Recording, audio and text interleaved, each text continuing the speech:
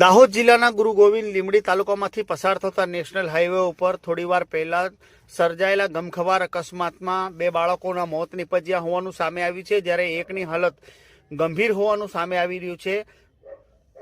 મળતી માહિતી અનુસાર ગુરુ ગોવિંદ લીંબડી તાલુકાના કારઠ ગામના વાંગીવડ ફળિયાના રહેવાસી પિતરાઈ ભાઈઓ એક જ બાઇક ઉપર 3 જણા મોટરસાઇકલ ઉપર પતંગ લેવા નીકળ્યા હતા। તે દરમિયાન હાઈવે ઉપર લક્ઝરી બસ એ આ બાઇકને અડફેટમાં લેતા અકસ્માત સર્જાયો હતો, જેમાં બાઇક પર સવાર 3 પિતરાઈ ભાઈઓ પૈકી 2 ભાઈઓના સારવાર દરમિયાન મોત થયા છે, જ્યારે એકની હાલત ગંભીર હોવાનું સામે આવી રહ્યું છે। નોંધનીય બાબત છે કે 108 ઇમરજન્સી મારફતે ઈજાગ્રસ્તોને સારવાર અર્થે દાહોદના ઝાયડસ હોસ્પિટલ ખાતે લાવવામાં આવ્યા હતા, જ્યાં ફરજ પરના તબીબોએ 3 પૈકી 2 પિતરાઈ ભાઈઓને મૃત જાહેર કર્યા હતા। હવે પોલીસે આ મામલે વધુ તપાસ હાથ ધરી છે।